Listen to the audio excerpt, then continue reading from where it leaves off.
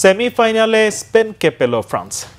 শেষ 8 লড়াইয়ে বেলজিয়ামকে 2-1 গোলে হারিয়েছে স্পেন। আরও একবার বেঞ্চ থেকে উঠে এসে বাজিমাত করলেন মেরিনো। চোখের জলে বিদায় নিল বেলজিয়ামের সোনালী প্রজন্ম। মনির হোসেন খানের ডেস্ক রিপোর্ট।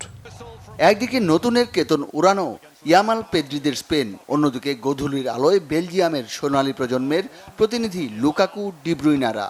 টানা 600 মিনিটের বেশি গোল না খাওয়ার রেকর্ড স্পেনের রক্ষণের। অন্যদিকে বারবার প্রত্যাবর্তনের গল্প লিখে চলা রেড ডেভিলস। এবার অবশ্য শেষ সময়ে বাজিমাত স্পেনের।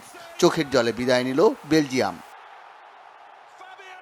আগের সেই তিকি তাকা নেই, তবে এখনও ছন্দময় স্পেন। পাসিং ফুটবল আর আক্রমণের ঢেউ। এই ম্যাচেও নিয়ন্ত্রণ লা ফিউরারোদাদের হাতে। যদিও প্রথম 30 মিনিটে বল ঘুরল মাঝ মাঠেই, গোলের দেখা নেই কোনো ভয় জাগানো আক্রমণ। ইয়ামালদের সামনে বাধার প্রাচীর বেলজিয়াম গোলরক্ষক থিবো কর্তোয়া। তবে 30 মিনিটে আর শেষ রক্ষা হয়নি। দানি ওলমোর জোরালো শট ফিরিয়েছেন কর্তোয়া, তবে বিপদমুক্ত করতে পারেননি। ফাবিয়ান রুইজের প্লেসিং শটে লিড স্পেনের। 600 মিনিটের বেশি সময় জাল অক্ষত রাখার রেকর্ড স্পেন গোলরক্ষক উনাই সিমনের। এবার তার অহমে ঘা দিল বেলজিয়াম। পিছিয়ে পড়ে ম্যাচে ফেরার গল্প আরও একবার লিখল তারা। 10 মিনিটের ব্যবধান।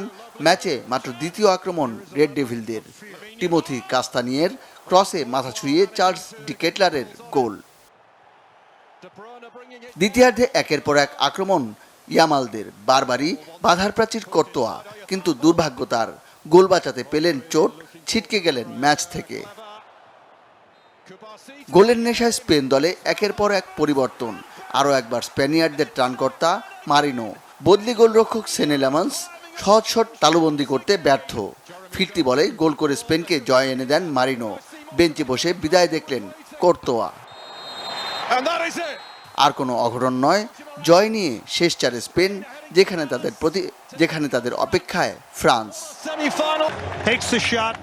Monir Hossain Khan, Bangla vision sports desk.